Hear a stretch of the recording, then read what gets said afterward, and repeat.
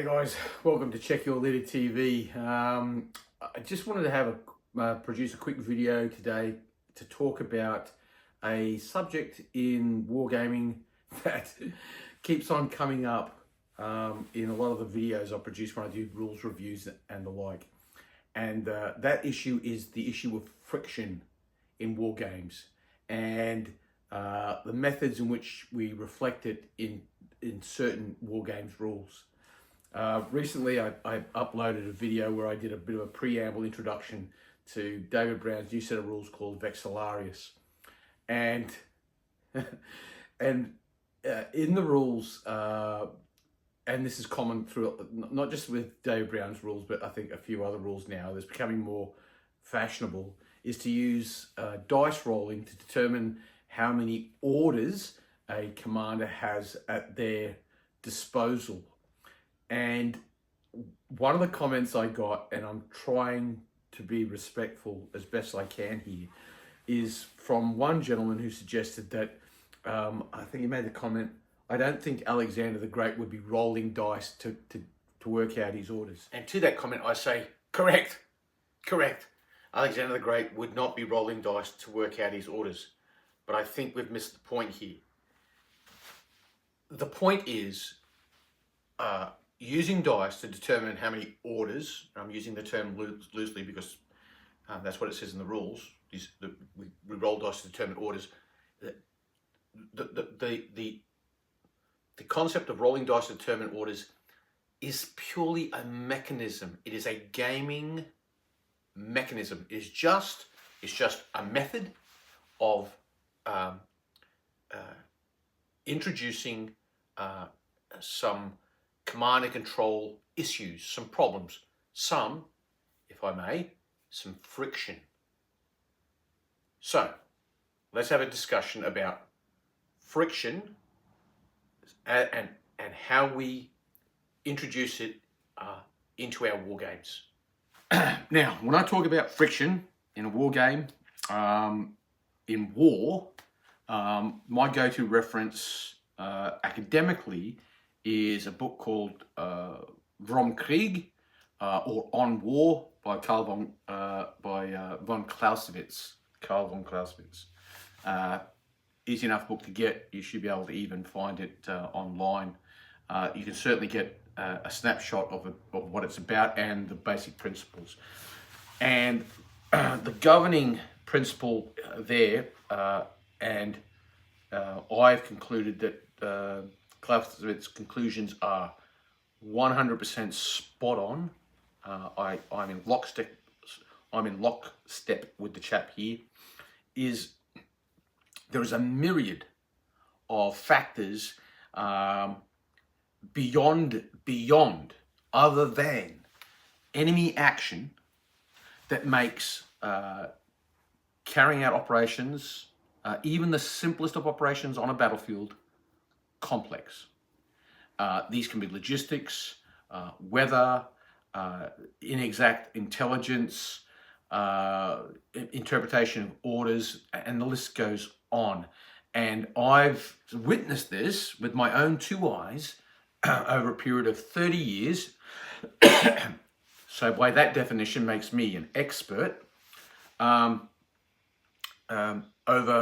30 years of soldiering, both in the training environment, the day-to-day operations of a peacetime army, and operationally in war, that this is in fact true. And these points of friction, they are present at the highest of high command levels. I'm talking strategic, geopolitical level, all the way down, and at every point, these points of friction, all the way down to private blogs standing a sentry point.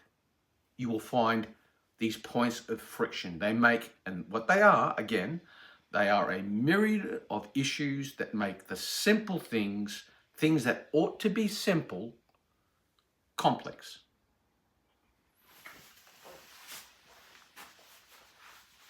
Now, the problem we have with war games is, first of all, it's not real. It's not reality. All right.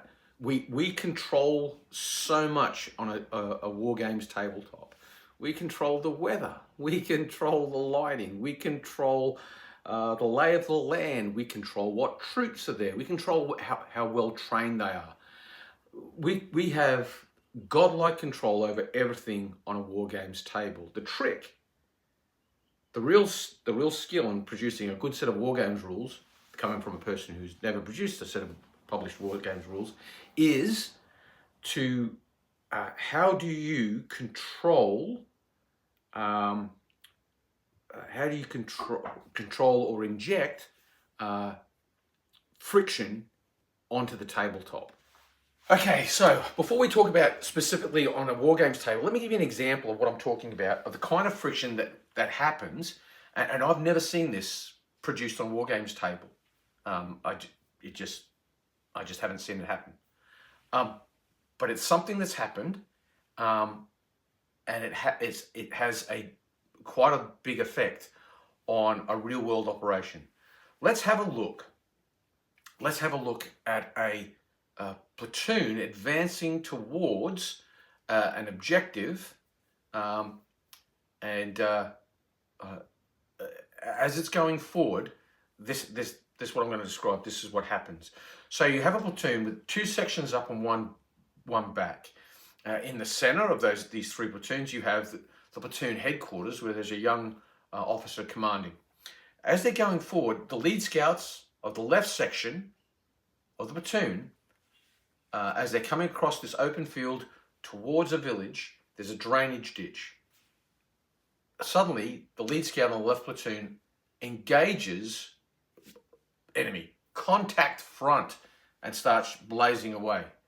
All the other squads, sections, they carry out their immediate contact drills. They dash forward, moving erratically, going to ground, crawling and adopting fire positions. Some start shooting at the enemy, and others are basically trying to figure out what's going on. There's gunfire going on the left flank. The lead scout on this left section is engaging an enemy. Anyway, there's no fire coming back. No one's shooting back at the platoon. This all seems quite odd. Normally, if you're advancing, the enemy will engage you first. They have the advantage. Unless, of course, your scouts are really, really on the ball and they get wind of the enemy before they engage you. And this clearly is what has happened, because our lead scout on the left platoon is opening fire on an irrigation ditch where apparently the enemy is. But the rest of the platoon seem to have problems finding out where this enemy is. The soldier that's engaging isn't giving back a contact report, isn't saying where this enemy soldier is. He's just banging away. Anyway, long story short, a bit of time passes by, and then the platoon sergeant manages to grip up the situation. The contact is brought to an end. Check firing, and we then determine what has happened. Long story short, there was no enemy. What happened was the lead scout on the left section is approaching an irrigation ditch, and he doesn't want to cross it. Why? Well, because only a few days prior, he had a friend killed crossing an irrigation ditch because there was an IED in the irrigation ditch. Going forward, this lad has determined that every irrigation ditch is potentially full of IEDs. He might be onto something, or he might just be really, really jittery. Long story short, an advanced by platoon on an objective where there was a suspected enemy was completely rumbled because one soldier decided that he didn't want to be the guy crossing an irrigation ditch. Here's my question. How do you simulate that in a war game? Answer, you don't. It just doesn't happen. I've never seen it simulated in a war game. I've never seen a war game where you have the lead scout of a section just engaging nothing. So my point is, there are lots of things that you, as a wargamer, will never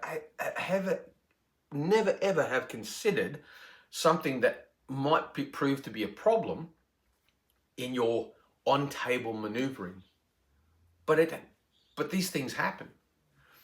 So let's look now at friction on the tabletop and how we deal with it. Now, the first point, what we need to understand is there are so many things that can happen. There are so many things that can be a fly in the ointment, that when things go wrong in our plans on our Wargames table, the most common thing I hear is people going, oh, that wouldn't happen.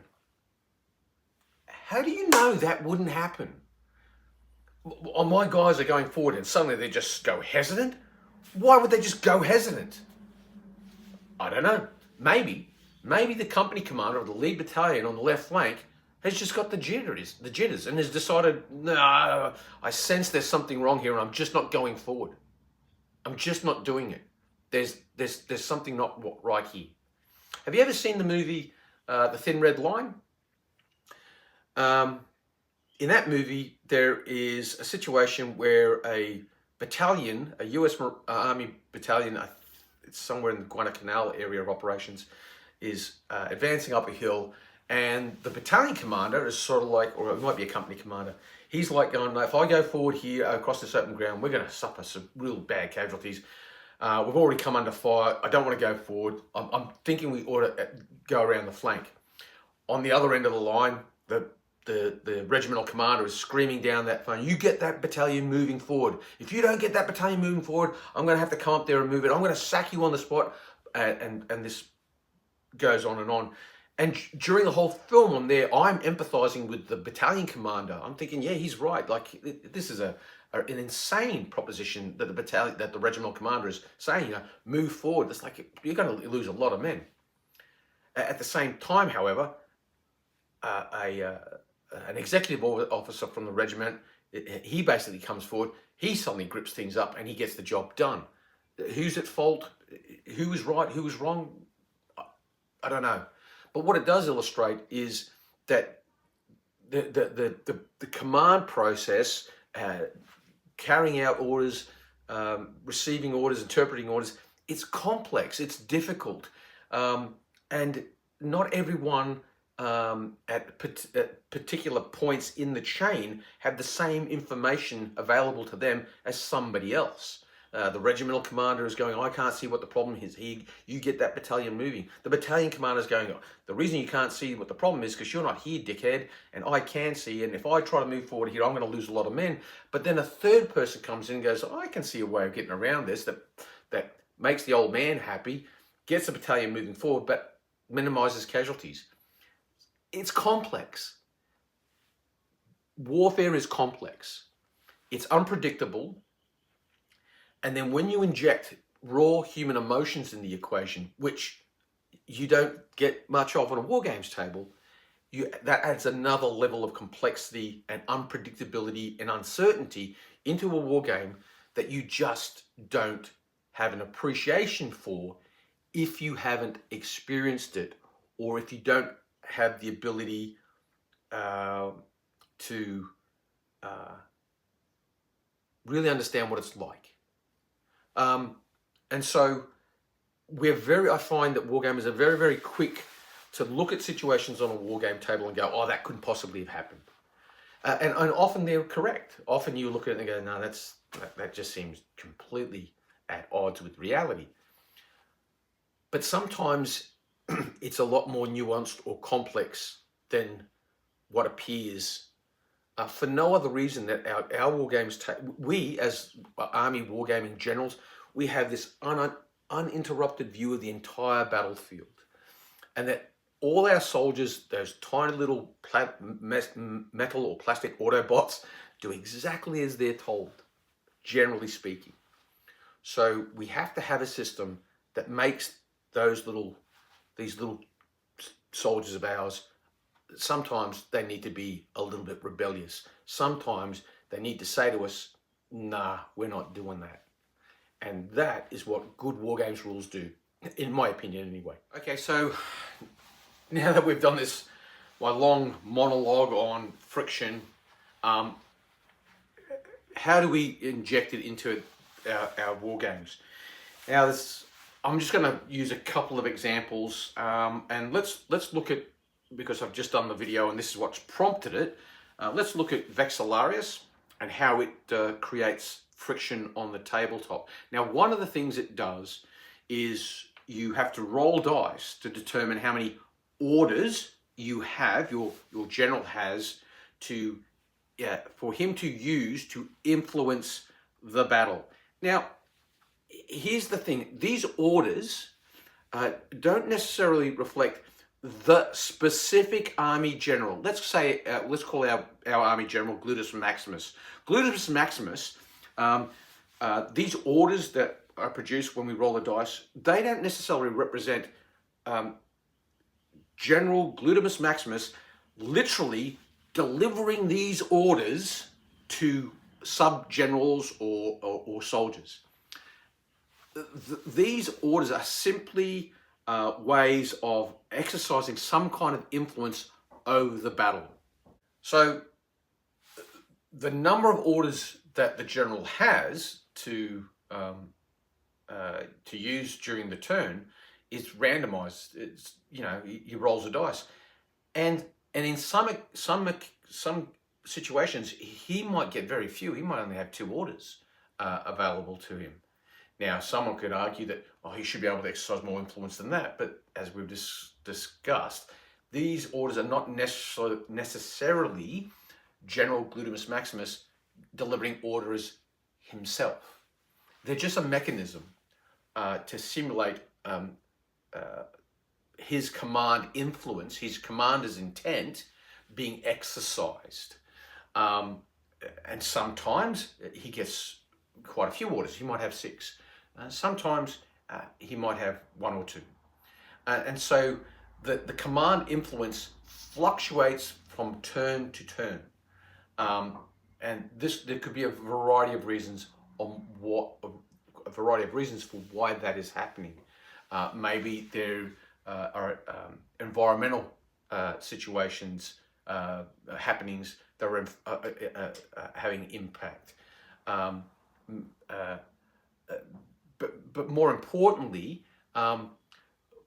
what needs to be understood is that the actual battle plan, the orders, the tactical execution of what was going to be done during this battle had already been predetermined.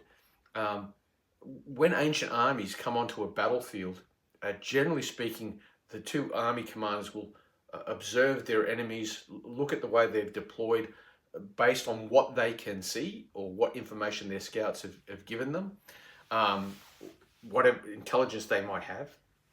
And based on that, they'll come up with a battle plan. For example, Alexander the Great at Gaugamela obviously decided that what he would do is the way he would win the battle, because the enemy host was larger than his, is he would refuse his left flank, which would give him time. He was trading space for time. Draw the enemy left flank, his right. He would move his right flank, drawing the enemy across, creating a gap where then he would personally lead his companion cavalry at a strike at the enemy command and control, which was Darius. I'm going to go for Darius. So I'm going to hold in the center with my phalanxes. I'm going to refuse my left flank and echelon it back, which will get trade space for time. I'll draw his left flank away, create a gap, and then I'll go in. So this plan was determined before a single arrow was loose, a single javelin was hurled, or before a single pike was leveled and an advance made towards the enemy. So what the orders in Vexillarius simulate is that's all been done. That's been carried out. They roll the dice, get the orders. These orders then simulate how much command rigor, how much control officers have their men there and then on the battlefield as these orders are being carried out. And there's also the control roll, where you roll to see which of your commands are either obeying orders a going impetuous, or a holding. And these command roles are also another way of injecting friction onto the tabletop, into the army.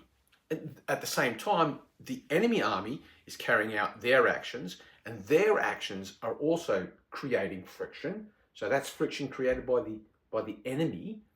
But the order rolls, these are attempts by the rules author to manufacture friction, those other types of friction that are separate from and compounding of what the enemy's actions are doing to cause friction.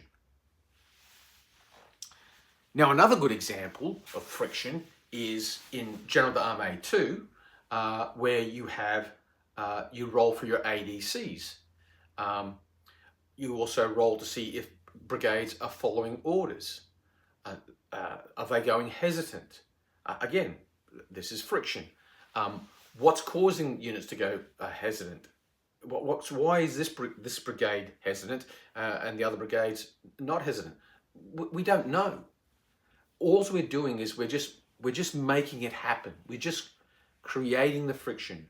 We're creating problems for you, the army commander, to have to deal with. And good army commanders understand that sometimes things are going to go wrong.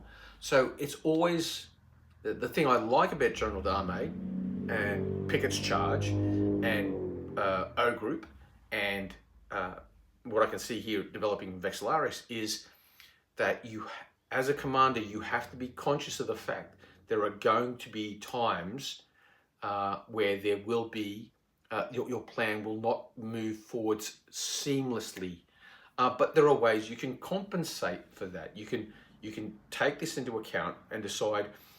I'll give you an example. In General d'Armée, you can use Commander-in-Chief orders where you go, okay, I'm going to use 2 of my ADCs, and I'm going to appoint the figure that represents me, the divisional commander, at a brigade, and they will obey orders. I am going to personally ensure that this brigade carries out my order, because it's really important to my battle plan that this goes off, that this happens. And so the divisional commander can come down from on high and go down to that brigade and take personal control of it to make sure that it happens. So you, as the divisional commander, can decide where it's really important that I make sure that things go according to plan. I'm going to go in there and make sure things happen. That doesn't guarantee that the attack that your divisional commander is now leading is going to be successful.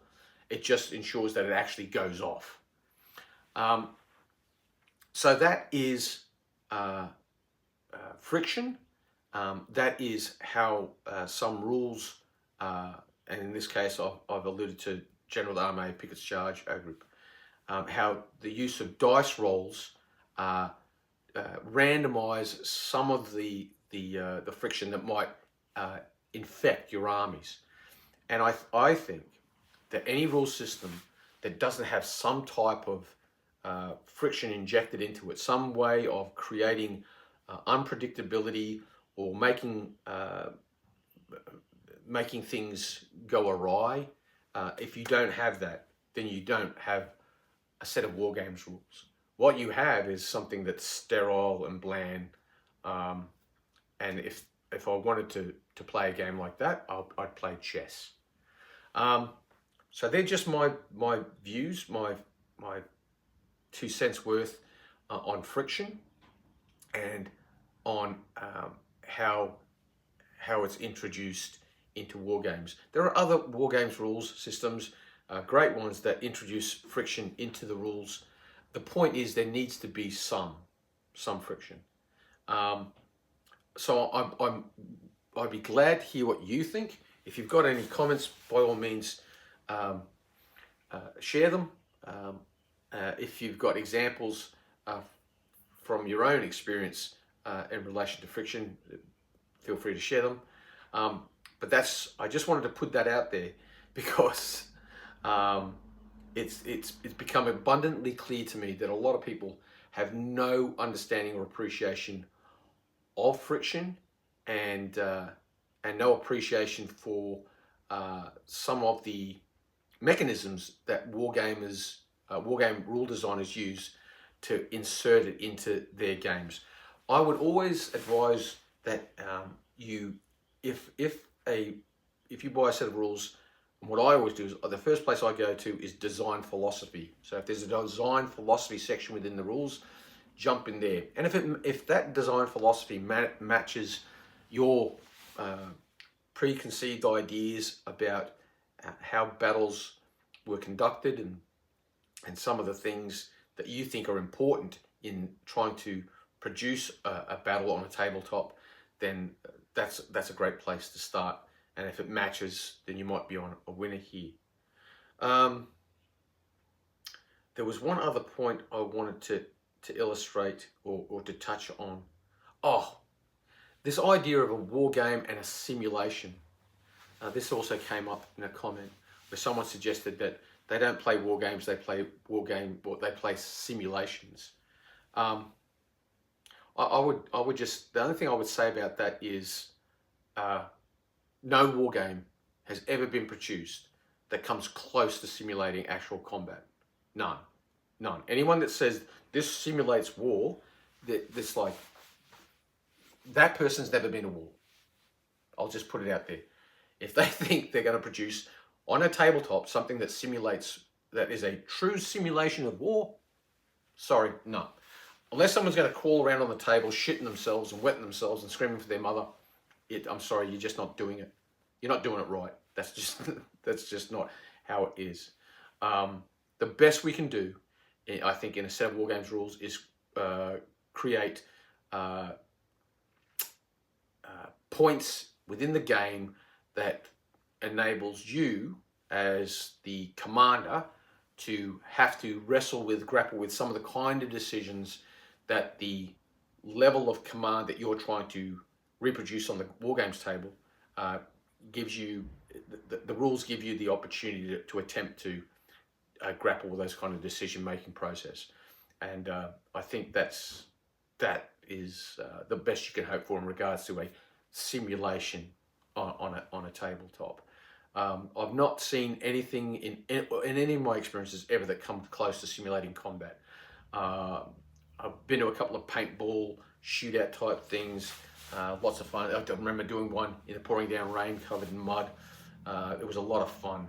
And at that point it stopped. That's when I knew it wasn't a simulation of actual combat, because everybody seemed to be having a good time. So we'll leave it there. Like I said, got any comments, just stick them in the comment section below. I would recommend, if you've never seen the movie Thin Red Line, check it out. It's very gritty, and it gives you a good insight into some of the raw emotion that you can experience